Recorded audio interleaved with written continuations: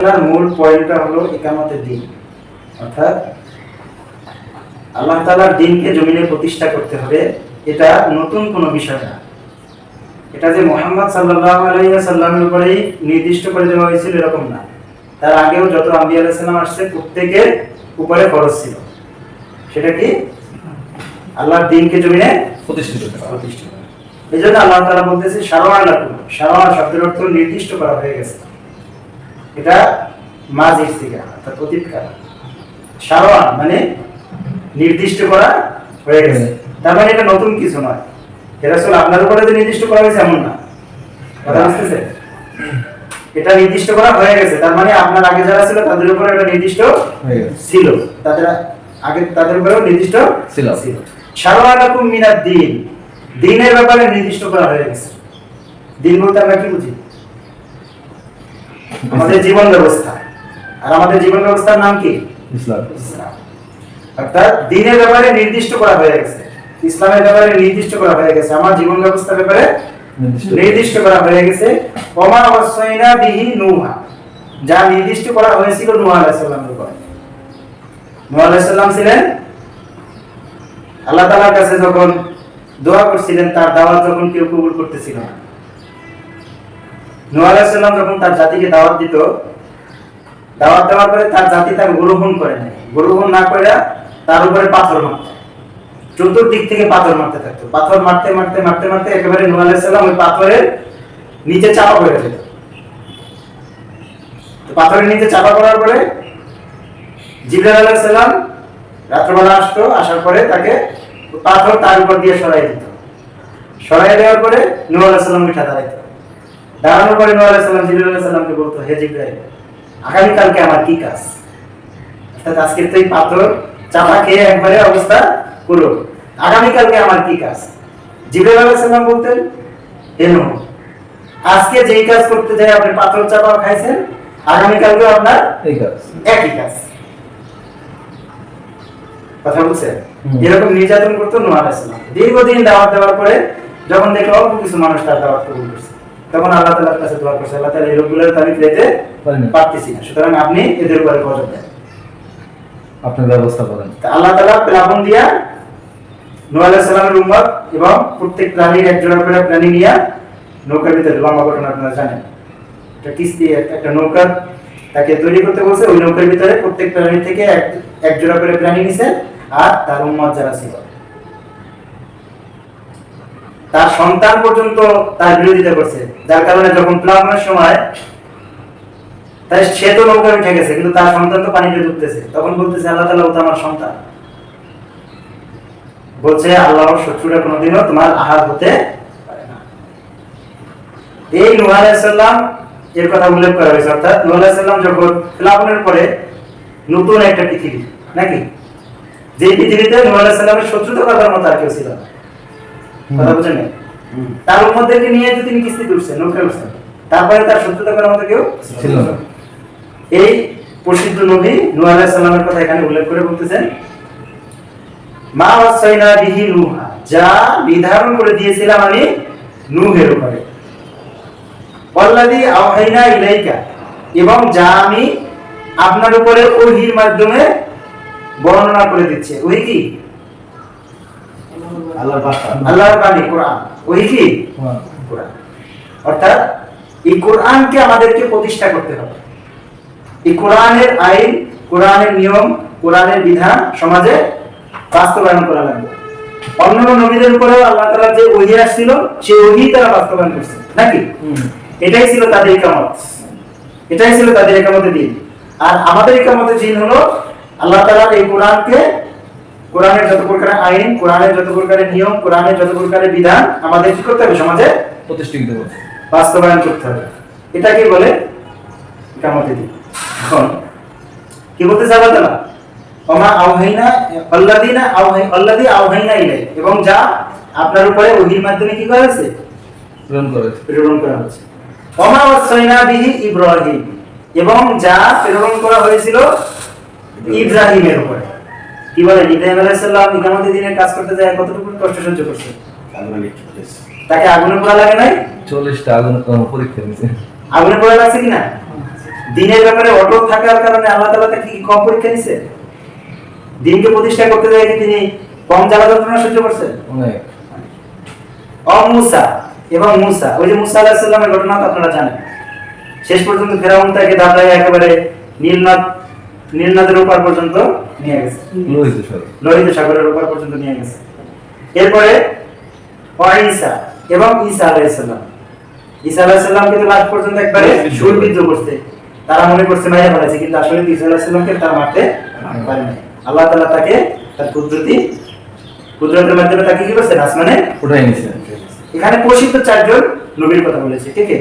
নূহ আলাইহিস সালাম, ইব্রাহিম আলাইহিস সালাম, মুসা আলাইহিস সালাম এবং ঈসা আলাইহিস সালাম।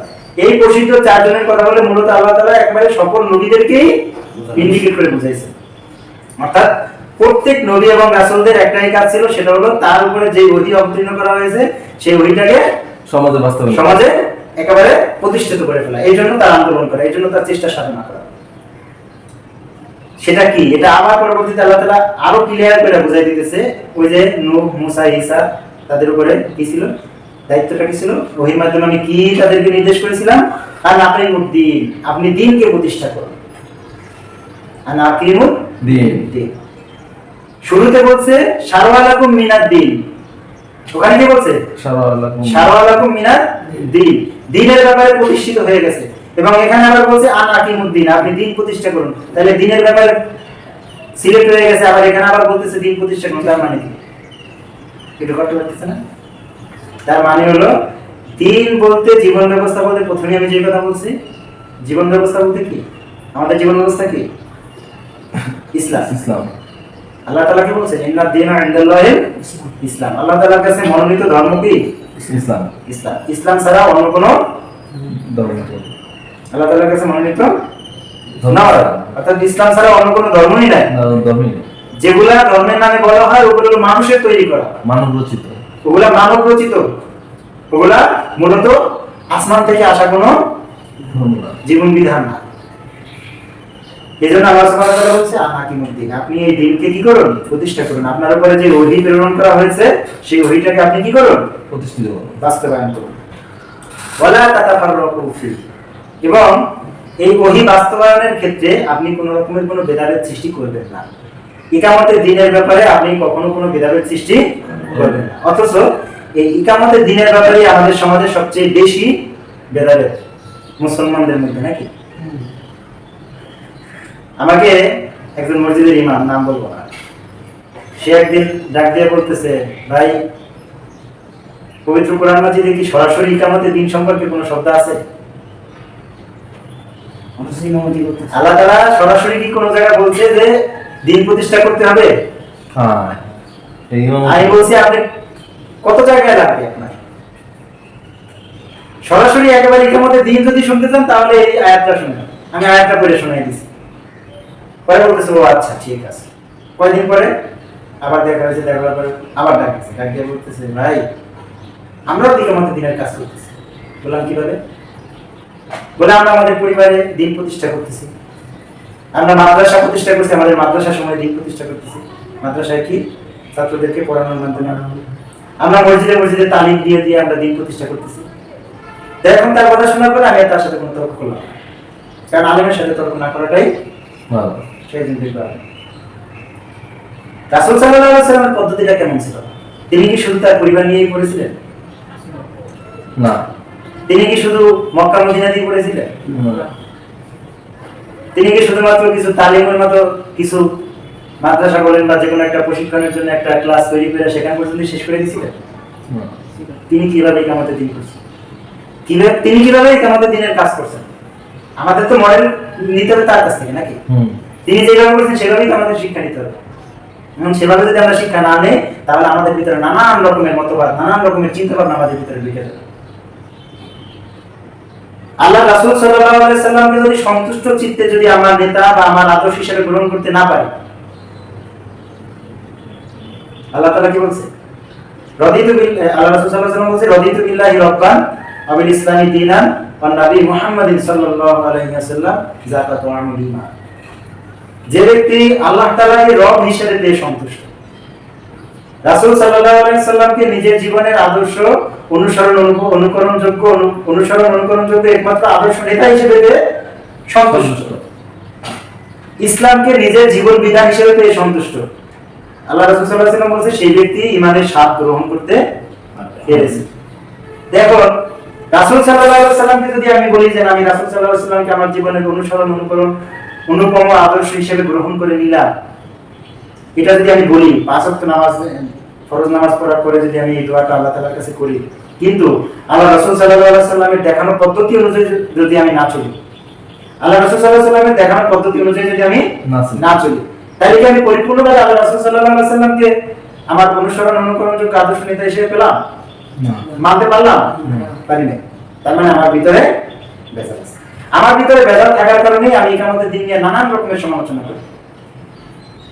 আমরা ইকামতের দিনকে যে কোনো একটা দলের একটা ট্যাগ লাগাই দিই, মনে করি ওই দলের কাজ ইকামতের দিন। আসলে ইকামতের দিন কোনো দলের কাজ না। ইকামতের দিন একেবারে প্রত্যেক মুসলমানদের জন্য, যেটা প্রত্যেক নবীদের উপরে ছিল এবং যেটা প্রত্যেক মুসলমানদের জন্য এই ফরজ কাজ যে আপনি কি করুন? ইকামতের দিন, অর্থাৎ দিনকে প্রতিষ্ঠার আন্দোলন করুন। এখন ইকামত কাকে বলে এটা বুঝতে হবে না? ইকামত কাকে বলে এটা বুঝতে হবে কিনা? ইকামত শব্দ আসছে কায়েম থেকে, কিয়াম। আমরা কিয়ামুল লাইল এই রমজান মাসে আপনারা শুনছেন যে হুজুর আলোচনা করছে কিয়ামুল লাইল বলছে না, অর্থাৎ রাতের নামাজ। কিয়াম শব্দ রাতে দাঁড়ায় যে আমরা নামাজ পড়ি, কিয়াম শব্দের অর্থ কি? দাঁড়ানো। একটা লাঠি কাঠ হয়ে পড়ে আছে, ওটাকে সোজা করে একটু মাটি গেড়ে দাঁড় করে দেওয়া, এটা হলো ইকামত। অর্থাৎ একটা লাঠি কাঠ হয়ে পড়ে রয়েছে, ওই লাঠিটাকে আপনি সোজা করে একটু গর্ত করে ওটাকে একেবারে ভালোভাবে গাইড়ে দেওয়া, ওটার নাম কি? ইকামত। তো অর্থাৎ দিনটা এখন এলোমেলো অবস্থায় আছে, দিনের বিধিবিধান সমূহ সমাজে বাস্তবায়ন নাই, নানান রকমের মত নানান রকমের পথ দিয়ে আমাদের সমাজ চলতেছে। এখন কি করতে হবে? এই নানান রকমের মত নানান রকমের পথের উপরে আমাদের ইসলামটাকে কি করতে হবে? প্রতিষ্ঠা করতে হবে। এটা হলো এই আমাদের জীবন ব্যবস্থাটাকে প্রতিষ্ঠা করতে হবে, এটাই হলো আমাদের দিন। এখন এটাকে নিয়ে যদি কেউ বলে যে একা মতে তাইলে কি এটা কোরআনকে ব্যঙ্গ করা হবে না? ঈমান নষ্ট হয়ে যাবে না? তওবা করা উচিত। যারা এইসব কথা বলে তাদের এইসব বিষয়ে সতর্ক থাকা, এইসব বিষয়গুলোতে একেবারে সতর্ক থাকা প্রয়োজন। যে কি বলতেছেন আপনি? একটা দলের সমালোচনা করা লাগবে এই জন্য আপনি এত নিচে নেমে যাবেন? আপনার মূল উদ্দেশ্য একটা দলের সমালোচনা করা, একটা দলকে আপনার পছন্দ হয় না, একজন ব্যক্তিকে আপনার পছন্দ হয় না, এই জন্য আপনি কোরআনের একটা শব্দকে ব্যঙ্গ করবেন, এটার জন্য আপনার জন্য আফসোস করা ছাড়া আর কোনো কিছু আমরা দেখতেছি না। এরপরে একটা দল কর্মী সম্মেলন করে, আল্লাহ রাসূল সাল্লাল্লাহু আলাইহি ওয়াসাল্লাম সপ্তাহে একদিন সাহাবীদেরকে নিয়ে প্রশিক্ষণ প্রোগ্রাম করতেন। শুনছেন আগে কখনো? আজকে শুনে যান। সপ্তাহে একদিন আল্লাহ রাসূল সাল্লাল্লাহু আলাইহি ওয়াসাল্লাম সাহাবীদেরকে নিয়ে প্রশিক্ষণ দিতেন, খোলা মাঠে নিয়ে পিটি করাতেন, এক্সারসাইজ করাতেন, বিভিন্ন রকমের তীর ধনুক মারার প্রশিক্ষণ দিতেন। কেন? আপনি খালি হাতে কাফের মুশরিকদের মোকাবেলা করতে পারবেন না, আপনার একটা নিজস্ব শক্তি থাকতে হবে। ইরানের বিরুদ্ধে আমেরিকা অনেক বড় অ্যাকশনে যায় না কেন? কারণ জানে ইরানের শক্তি আছে, কৌশল আছে। ইরানের যে কৌশল আছে সেই কৌশলের কাছে আমরা পারবো না, এই জন্য তারা সুকৌশলে পিছনের দিক থেকে আস্তে আস্তে ডিল মেরে যে রাইসিকে মেরে ফেলেন সিস্টেম, সরাসরি পারবে না। আপনার শক্তি জোগাড় করতে হবে। আপনি যে খুঁটিটাকে দাঁড় করবেন, ওই খুঁটিটা যদি বালু মাটির মধ্যে দাঁড় করেন তাহলে সামান্য বাতাস আসলে কি হলো? লাঠিটা পড়ে যাবে। ওই লাঠিটাকে দাঁড় করা লাগবে একটা মজবুত একটা জায়গা, যে জায়গায় ঝড় বাতাস আসলে কি হবে? ঝড় বাতাস যদি আসে আমরা যেন ওই খুঁটিটা ধরে দাঁড়ায় থাকতে পারি, আমাদেরকে যেন ওই খুঁটি আমাদেরকে কি করে? শেল্টার দেয়। ইসলামটাকে প্রতিষ্ঠা করতে হবে এরকম ভাবে।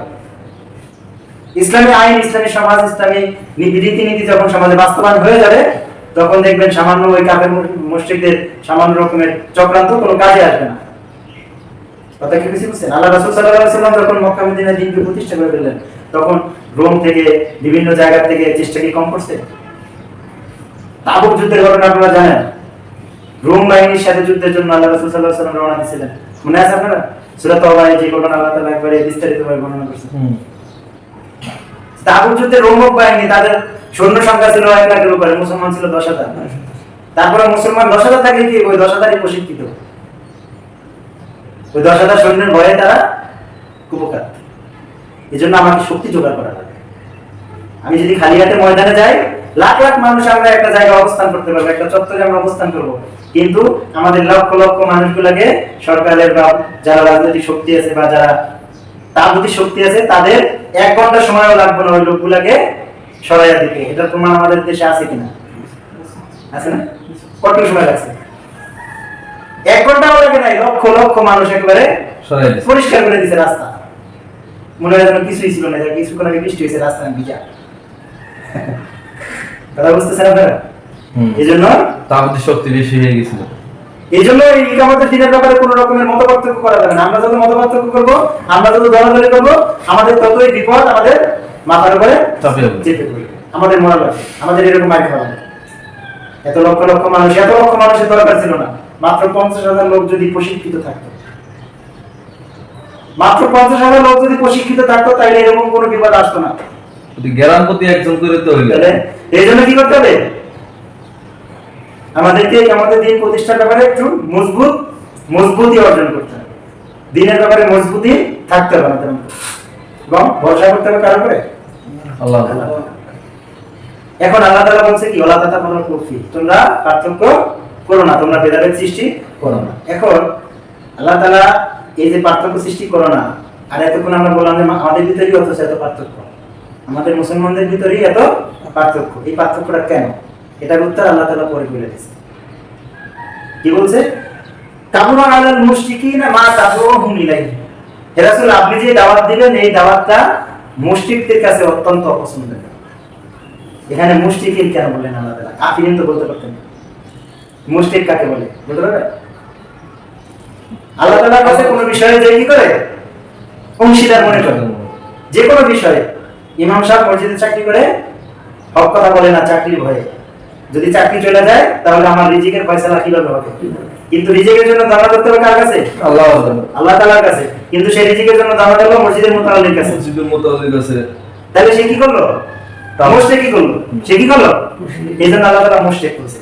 কাবুরা আলাল মুশরিকিনা মা তাদউহুম ইলাইহি। হে রাসূল, আপনারই কিছু উম্মত আপনার সাথে ত্যাগ লাগায় চলবো, মুসলমান দাবিদার থাকবো, নিজেকে মুসলিম দাবি করবো, কিন্তু আপনার এই দাওয়াতটা তার ভালো লাগবে না। এই জন্য একামতের দিনকে একামতের দিন বলে। কথা বুঝছেন তো? ভালো লাগে না এই জন্য বলে। কারণ দিন প্রতিষ্ঠান আন্দোলন করতে গেলে এই যে 4 জন নবীর কথা বললাম, 4 জন নবীর হিস্টরি আপনারা জানেন। আল্লাহ তাআলা এই 4 জন নবীর উদাহরণ কেন টানলেন? ইব্রাহিম, মুসা, ঈসা এবং নূহ আলাইহিস সালাম, আর আমাদের নবী মুহাম্মদ সাল্লাল্লাহু আলাইহি ওয়াসাল্লাম। মুহাম্মদ সাল্লাল্লাহু আলাইহি ওয়াসাল্লামকে কিয়ামতের দিনের কাজ করতে দেখি কষ্ট কম করা লাগছে? পাতে লাগা খাওয়া লাগে নাই? অনেক কষ্ট লাগছে। দাম মোবারক শহীদ হয় নাই? জেল খাটা লাগছে। কপাল ফাটে নাই? জেল কাটা লাগে নাই? তিনি তো দিন প্রতিষ্ঠা করছেন। তাহলে এই কাজগুলা ভালো লাগে না কিছু কিছু মুসলমানদের কাছে। তাদের কাছে এই জেল জুলুম, এই মারামারি এত কিছু ভালো লাগে না। রাসূল সাল্লাল্লাহু আলাইহি ওয়াসাল্লামের কাছে কিছু কিছু সাহাবীরা এসে বলতে, ইয়া রাসূলুল্লাহ, এই যে এত জেল, এত জুলুম, এত নির্যাতন, এগুলো তো আমাদের কি ভালো লাগতেছে না, বা আমরা আমাদের কষ্টসাধ্য হয়ে যেতেছে। তো জান্নাতে যাওয়ার জন্য কিছু সহজ পথ আমাদেরকে বলে দেন। তখন রাসূল সাল্লাল্লাহু আলাইহি ওয়াসাল্লাম বলতেন, আল্লাহ তাআলা আমাকে এরকম কোনো সহজ পথ দেখান নাই, দেন আমিও তোমাদের এরকম সহজ পথ দেখাই। সহজ পথে এই নির্যাতন সহজ পথ বলতে কোনো কথা নাই। ইকামতের দিন মানে কঠিন, রক্তাক্ত, যেই পথ কাটায় ঘেরা। আবার ওরকম বলছিল যেই পথ কি ঘেরা? কাটায় ঘেরা। এই জন্য তাদের কাছে ভালো লাগে না যারা মুশরিক, যারা ইসলামের নাম ভাঙায় চলে, নিজেকে মুসলমান দাবি করে, কিন্তু সে নিজের পেট নিয়ে চিন্তা করে, সে নিজের পরিবার নিয়ে চিন্তা করে, সে নিজের মসজিদ নিয়ে চিন্তা করে, সে নিজের মাদ্রাসা নিয়ে চিন্তা করে। আমি একদিন সিলেট থেকে আসতেছি, আসতে পথে নরসিংদী একটা মসজিদে আসরের নামাজ পড়ার জন্য দাঁড়াইছি। কারণ ওযুখানায় ওযু করতে গেছি এবং বিশাল পোস্টার লাগানো, মাহফিলের একটা পোস্টার, তাফসীরুল কুরআন মাহফিল। তো আমি দেখছি বক্তাকে, এখন বক্তাকে খুঁজতেছি, বক্তার নাম্বার খুঁজে পেয়েছি।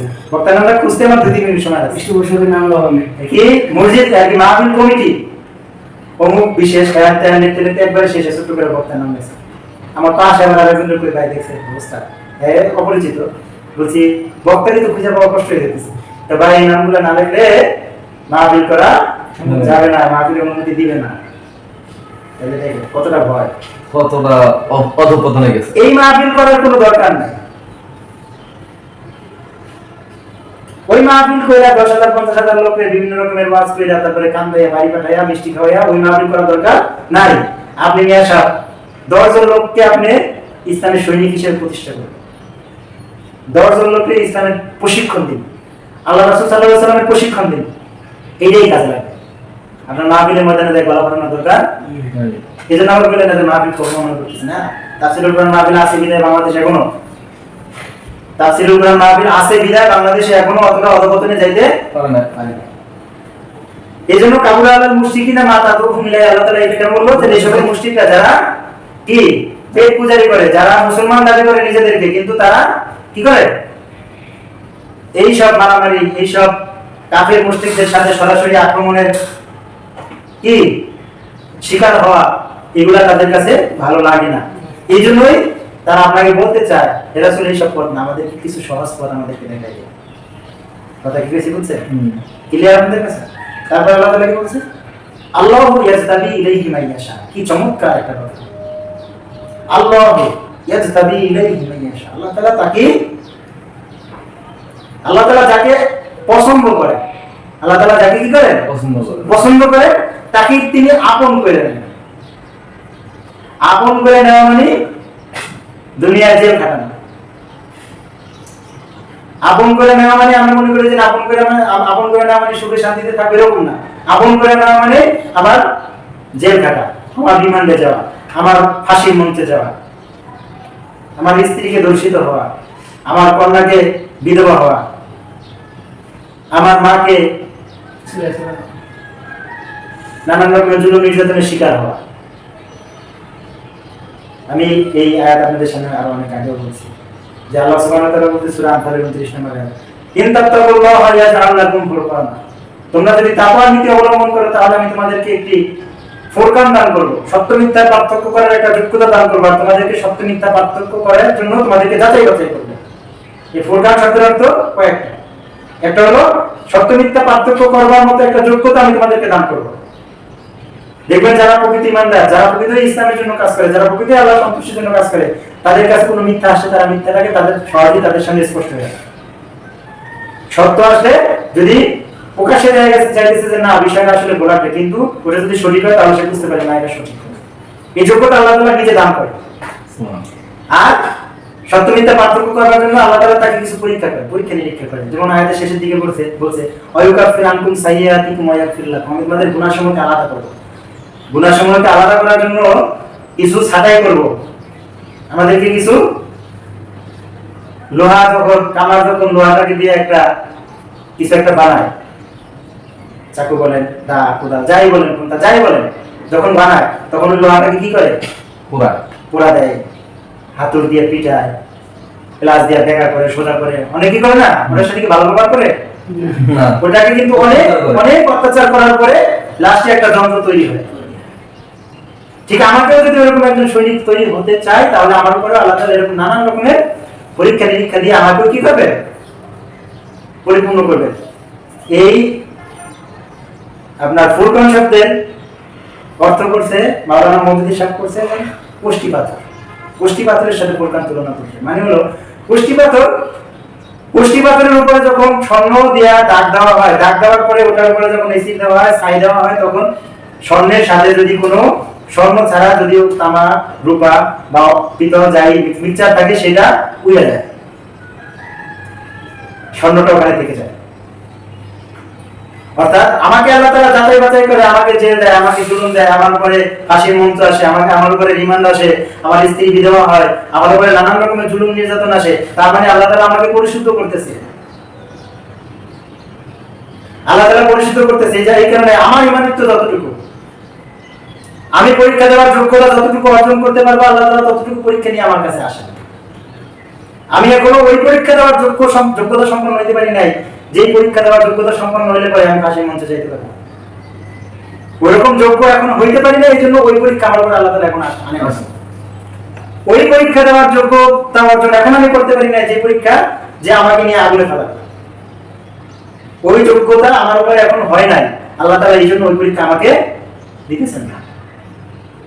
স্বর্ণ যখন পুষ্টি পাত্রে দেওয়ার পরে অ্যাসিড, প্রথম নাইট্রিক অ্যাসিড দেওয়া হয়, যদি নাইট্রিক অ্যাসিড দেওয়ার পরে যখন যদি ওটা একেবারে বিলীন হয়ে যায়, তখন আর ওটার উপরে অ্যাসিড, সিগারেটের সুগা বা বিভিন্ন সুগা বা সালি দেওয়া হয় না, কারণ তো ওখানে বিলীন হয়ে গেছে। যদি টিকে থাকে তারপরে ওটার উপরে বিভিন্ন রকমের সিগারেটের সুগা বা সালি দেওয়া হয়। কেন দেওয়া হয়? কারণ তুমি স্বর্ণ অ্যাসিডে টিকে আছো, আর একটু পরীক্ষা করে দেখি এখন সালিতে তুমি টিকে থাকতে পারো কিনা। আল্লাহ তাআলা আমাদের উপরে এরকম পরীক্ষা করে। আমাকে যখন গ্রেফতার করা হয়, গ্রেফতারের পরে হ্যাঁ ঠিক আছে আমি অটল, আমাকে রিমান্ডে নেওয়া হয়, রিমান্ডের পরে আমি অটল, এরপর আমাকে 14 বছরের যাবজ্জীবন কারাদণ্ড দেওয়া হয়, তখন আমি অটল। এরপরে আমাকে ফাঁসির মঞ্চে নেওয়া হয়, তখন আমি অটল। আমাকে বলা হয়, কারারক্ষী বলে ভাই আপনার তো আর মাত্র 2 ঘন্টা পরে আপনার ফাঁসি। তো কারারক্ষী তখন আসামি বলে, ও 2 ঘন্টা, তা তো অনেক সময়, ঠিক আছে আমি আর 1 ঘন্টা ঘুমাই নেই, তুমি আমাকে 1 ঘন্টা পরে এসে ডাক দিবা। কিভাবে ঘুম আসে 2 ঘন্টা পরে? 2 ঘন্টা পরে আপনার মৃত্যু, এটা যদি আপনি শুনেন ঘুম আসবো, কিন্তু কেমনে ঘুম আসে চিন্তা করা যায়? ঘুমটা আসে কিভাবে? কারণ ওই যে আল্লাহ তাআলা যাচাই বাছাই করতে করতে এখন একটা যন্ত্রে পরিণত হয়ে গেছে। আল্লাহ তাআলা এমন ভাবে যাচাই বাছাই করছে, এখন আল্লাহ তাআলার একজন সৈনিক হিসেবে সে প্রস্তুত হয়ে গেছে। এখন আর কোন রকমের কোন শক্তি তার সাথে ফাটল ধরাইতে পারতেছে না। ফামান ইয়াকফুর বিত-তাগুতি ওয়া ইউমিন বিল্লাহ ফাকাদ ইসতামসাকা বিল উরওয়াতিল উসকা লা ইনফিসামা লাহা। যদি তাগুতকে আমরা বর্জন করতে পারি, পরিপূর্ণভাবে আল্লাহর ব্যাপারে যদি আমরা ঈমান আনতে পারি, তাহলে আমার সাথে আর আল্লাহ তাআলার সাথে একটা গভীর সুসম্পর্ক তৈরি হয়ে যাবে। এই সুসম্পর্ক তৈরি হওয়ার কারণে দুনিয়ার কোনো শক্তি, কোনো ফাঁসির মঞ্চ, কোনো রিমান্ডের বাড়ি আমার সাথে আল্লাহ তাআলার সাথে সম্পর্ক ছিন্ন করতে পারে না। আর আল্লাহ তাআলা যাকে চান আপন করে নেন। এইসব লোকগুলারে কি করে আল্লাহ তাআলা আপন করে নেন। আল্লাহু ইয়াস্তাবি ইলাইহি মান ইয়াশা। আল্লাহ তাআলা যাকে চান তাকে আপন করে নেন। আমি জোর করে আল্লাহ তাআলা আপন হতে পারবো না। আমি মুখ ফাটাইয়া বুক ফাটাইয়া বলে বলে আল্লাহ তাআলা আপন হতে পারবো না। আমি নিজেকে হক হক যতই দাবি করি, আমি হক, আমি হক, আমরা হক যতই বলি না কেন, আল্লাহ তাআলার দৃষ্টিতে যদি হক না হইতে পারি, তাহলে আমি হক না। আর আমি হক কিনা সেটা প্রমাণ আমার মুখে বলার দরকার নেই, আমার কাজই বলছে, সেটা বিচার করার দরকার নেই। আমার হক বাতিলের বিচার করবেন আল্লাহ তাআলা, তাই না? আমি হক না আমি বাতিল সেটা বিচার করবেন কে? এজন্য আল্লাহ তাআলা এখানে বলছে আল্লাহু ইয়াস্তাবি ইলাইহি মান ইয়াশা। আল্লাহ তাআলা যাকে চান তাকে আপন করে নেন, সম্মানিত করে। আমরা আমাদের দিনের কাজ করতেছি, তার মানে আল্লাহ তাআলা আমাদের কি একটু হইলো আপন কইরা নিছেন। এজন্য আমরা একবার বলি আলহামদুলিল্লাহ। আলহামদুলিল্লাহ। তারপরে কি বলছে? একটা শর্ত লাগাই দিয়েছে আল্লাহ তাআলা আপন হওয়ার জন্য, আরেকটা শর্ত শেষে, ওয়ায়াহদি ইলাইহি মান ইউনিব। এবং আল্লাহ তাআলা তাকে হিদায়াত দেন, আল্লাহ তাআলা তাকে সঠিক পথ দেখান, যিনি আল্লাহ তাআলা সঠিক পথ পাওয়ার জন্য রজু হয়। কথা বুঝছেন? রজু হওয়া মানে বুঝছেন তো? আগে আসে করতে হবে আল্লাহ তাআলার দিকে, যে আগে আগে আসে। আপনি আল্লাহ তাআলার দিকে এগিয়ে আসবেন, আল্লাহ তাআলা আপনাকে এগিয়ে আসবেন। আপনি বড় মুহাদ্দিস, অনেক বড় মুফাসসির, কোরআনে সব কিছু জানেন, কিন্তু কিন্তু কিছু কিছু বিষয়কে আপনি জানার পরেও আড়াই আড়াই চলতেছেন, আল্লাহ তাআলা আপনাকে হিদায়াত দিবেন না। আছেন আমাদের সমাজে? আছে, সত্য কথা বলে না, জানে যে এটা সঠিক, বলে না, জানে যে এই কথা মানুষের সামনে বলা দরকার, জানে যে সৎ কাজের আদেশ মানুষদেরকে দেওয়া লাগবে, জানে যে অসৎ কাজের নিষেধ মানুষদেরকে করা লাগবে, কিন্তু জানার পরেও পরিবেশ পরিস্থিতির কারণে বলে যে একটু হিম্মত খাটাই চলতেছি। এরকম যদি আর কেউ করে থাকে, তাহলে আল্লাহ তাআলা কুশিন কালেও তাদেরকে হিদায়াত দিবে না। যত বড় যুদ্ধওয়ালা হোক না কেন, যত বড় তাকওয়ালা হোক না কেন, যত বড় মুহাদ্দিস হোক না কেন, যত মুফাসসির হোক না কেন, কোনো কাজে আসবে না। আল্লাহ তাআলার হিদায়াত সে পাবে না। একদিন না একদিন মানুষের সামনে তার রূপ প্রকাশ পেয়ে যাবে। যেমন এরকম রূপ প্রকাশ পেয়ে যাইতেছে মানুষের মাঝে। কেউ বলতেছে আল্লাহ রাসূল সাল্লাল্লাহু আলাইহি সাল্লামকে অনুসরণ করতে হলে যাচাই বাছাই করা লাগবে। হ্যাঁ, বলছেন আমাদের একজন আলেম, আমার আরেকজন সাহাবীদের মর্যাদা বাড়াইতে যায়, বলতেছে যে সাহাবীদেরকে দিয়ে আল্লাহ তাআলা জেনা করাইছেন, নাউজুবিল্লাহ। আবার আরেকজন একটা দলের বদনাম করতে এই জন্য বলছে ইকামতের দ্বীনের অপব্যাখ্যা করতে, বলছে একামতের দ্বীন। তার মানে আল্লাহ তাআলা এইভাবে প্রকাশ করে। সবচেয়ে বড় একজন, অনেক বড় মাপের একজন বাংলাদেশের বক্তা, লেকচারার ছিল, নাম বলতেছি না, তিনি ডাক্তার জাকির নায়েকের সমালোচনা করতে চাই, বলছিল সূরা বাকারার একেবারে শেষের আয়াতটা বলছে লা ইউকাল্লিফুল্লাহু নাফসান ইল্লা উসআহা, খুব সুন্দর বলতেছে লা ইউকাল্লিফুল্লাহু নাফসান ইল্লা উসআহা লাহা মা কাসাবাত ওয়া আলাইহা মা ইকতাসাবাত রব্বানা লা তুআখিযনা ইন নাসিনা আও আখতানা রব্বানা ওয়া লা তাহমিল আলাইনা ইসরান কামা হামালতাহু আলাল লাযিনা মিন ক্বাবলিনা ربنا ولا تحملنا ما لا طاقة لنا به واعف عنا واغفر لنا وارحمنا أنت مولانا فانصرنا على القوم الكافرين। খুব চমৎকার ভাবে শুরু দিয়ে বলছে, বলার পরে বলতেছে যে এই আয়াতটা হলো সূরা বাকারার 288 নম্বর আয়াত। 3-4 বার বলছে, এই রেকর্ড এখন আছে, একটু সার্চ আপনারা পাবেন। তারপর থেকে তার নাম হয়ে গেছে 288 নম্বর বক্তা। তো বলতেছে জাকির নায়েক কোরআনের আয়াত পারে না, এইজন্য নাম্বার কয়। সূরা বাকারা 286 আয়াত, কয়টা আয়াত? 286 আয়াত। ওই বক্তা পেতেছে কয় নম্বর আয়াত? 288 নম্বর আয়াত। তাহলে অপমান করতে গেছে, আল্লাহ তাআলা তাকে অপমান করাই দিয়েছে। দুইটা আয়াত বেশি। একজন দায়ীর অপমান করতে গেছে, আল্লাহ তাআলা তাকে কি করছে? অপদস্থ করাই দিয়েছে। ইকামতের দিনের বিরোধিতা করব, তার মুখোশকে আল্লাহ তাআলা উন্মোচন করবে। এটাই পদ্ধতি, আল্লাহ তাআলা এটাই সুন্নাহ। এজন্য সম্মানিত উপস্থিতি, আমরা অত্র আয়াত থেকে আজকে আমরা কি শিখলাম? আমরা যেটা শিখলাম সেটা হলো আমাদেরকে আল্লাহর দ্বীনকে জমিনে প্রতিষ্ঠা করবার জন্য আমার জান প্রাণ দিয়ে চেষ্টা করা লাগবে। ইনশাআল্লাহ এই কাজটা শুধুমাত্র আমাদের জন্য না, এই কাজটা একেবারে আদম সন্তান মুসলমান যারা আল্লাহ রাসূলের বিশ্বাসী, যারা পরকালকে বিশ্বাস করে, প্রত্যেকের জন্য এই কাজ। এটা শুধুমাত্র কোনো দলের না, এটা প্রত্যেক ব্যক্তির জন্য এই কাজ, যেটা প্রত্যেক নবীদের উপরে ফরজ ছিল। আমাদেরকেও এই কাজ করা লাগবে। এই কাজের ব্যাপারে কোনো রকমের কোনো শরীরহীনতা, কোনো রকমের কোনো হীনমন্যতা ভিতরে রাখা যাবে না। তারপরে আরেকটা বিষয় শিখলাম যে আমি জোর করে আল্লাহ তাআলার আপন হতে পারবো না। আমি যদি আল্লাহ তাআলার আপন হতে চাই, তাহলে আল্লাহ তাআলার কাছে আমার মনোনীত হতে হবে। আল্লাহ তাআলা আমাকে সিলেক্ট করবে, আমি জোর করে আল্লাহ তাআলার আপন হতে পারবো না। আর একটা বিষয় হলো, আমি যদি আল্লাহ তাআলার হেদায়েত পেতে চাই, তাহলে আমাকে আল্লাহ তাআলার দিকে ফিরে আসতে হবে। আমার ভিতর থেকে যত প্রকারের গোলামি, আমার ভিতর থেকে যত প্রকারের তেরামি, আমার ভিতর থেকে যত প্রকারের মুরব্বিদের প্রতি ধ্যান ধারণা, সব বাদ দিয়ে একেবারে আল্লাহর দিকে ফিরে আসতে হবে। সেটা কি? কোরআন এবং সুন্নাহ, আল্লাহর রাসূল, আল্লাহ তাআলার কিতাব এবং রাসূল সাল্লাল্লাহু আলাইহি ওয়াসাল্লামের পদ্ধতি। আমি যদি ফিরে আসতে পারি, তাহলেই আমার জন্য কি? মুক্তি।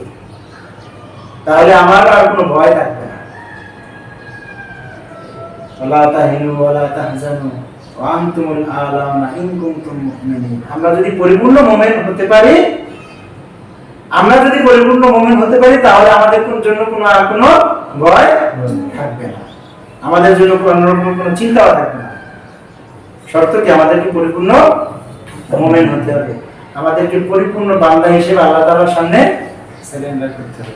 আল্লাহ সুবহানাহু ওয়া তাআলা আমাদের সকলকে ইকামতের দ্বীনের পথে কোনো রকমের ভেদাভেদ পার্থক্য সৃষ্টিকারী আমরা না হয়ে একেবারে সঠিক আল্লাহ তাআলার দেওয়া নির্দেশ এবং রাসূল সাল্লাল্লাহু আলাইহি ওয়াসাল্লামের পদ্ধতি অনুযায়ী যেন আমার জীবনটাকে গড়তে পারি। একেবারে আমরণ পর্যন্ত যেন আমি আমার সংসার, আমার পরিবার, আমার পরিজন, আমার জীবন, আমার সমাজকে ইকামতের দ্বীনের আওতায় নিয়ে আসার জন্য সদা সর্বদা সচেষ্ট থাকতে পারে। আল্লাহ তাআলা সেই যোগ্যতা আমাদের সকলকেই দান করুন। আমিন। আলহামদুলিল্লাহ।